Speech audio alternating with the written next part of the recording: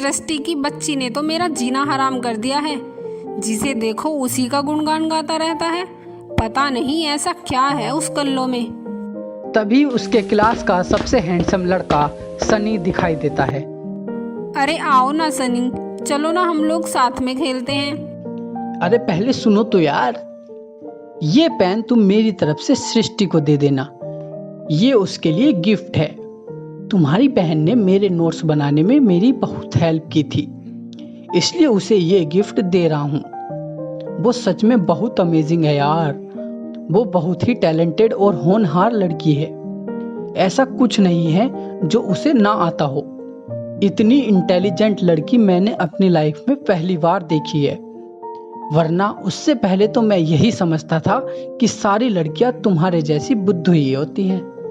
बस अब बहुत हो चुका। ये सनी भी उसकी तारीफ कर रहा है। अब तो मैं उस चुड़ैल को छोड़ूंगी नहीं। इसने मेरा जीना हराम कर दिया है।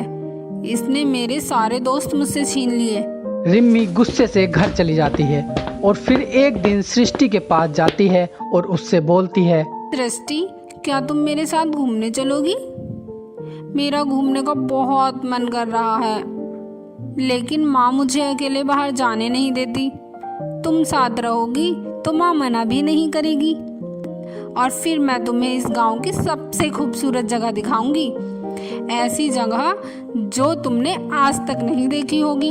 हाँ, मैं भी घर में पड़े पड़े बोर हो रही हूँ। चलो ना कहीं बाहर खेलने चलते हैं। रिम्मी सृष्टि को एक ऊंची पहाड़ी पर ले जाती है और फिर मौका देखकर उसको पहाड़ी से नीचे धक्का दे देती है। सृष्टि बहुत बुरी तरह घायल हो जाती है और दर्द से तड़पने लगती है। तभी वहां से एक सुंदर परी गुजर रही होती है। वो सृष्टि की दर्द भरी आवाज सुनकर उसके पास आती है और उससे बोलती है, क्या हुआ बेटा? तुम तो बहुत बुरी तरह घायल हो चुकी हो। सृष्टि परी को सारी आप बीती बता देती है। कैसे रिम्मी और उसके दोस्त उसे कल्लो भवानी और बदसूरत कहकर चिढ़ाते हैं। सब कुछ परी से बता देती है। ये सब सुनकर परी को उस पर दया आ जाती है। परी अपनी जादुई छड़ी घुमाती है और सृष्टि को एकदम ठीक कर देती है। तुम्हारे बारे में सुनकर बहुत बुरा लगा।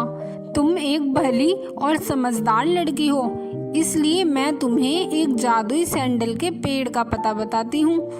तुम उस पेड़ के पास जाओ और वो तुम्हारी सारी समस्याओं का हल कर देगा। सृष्टि परी को धन्यवाद कर परी के बताए हुए पते की ओर जाने लगती है। कुछ दूर चलने के बाद सृष्टि को एक बहुत ही सुंदर और चमत्कार जादुई सैंडल का पेड़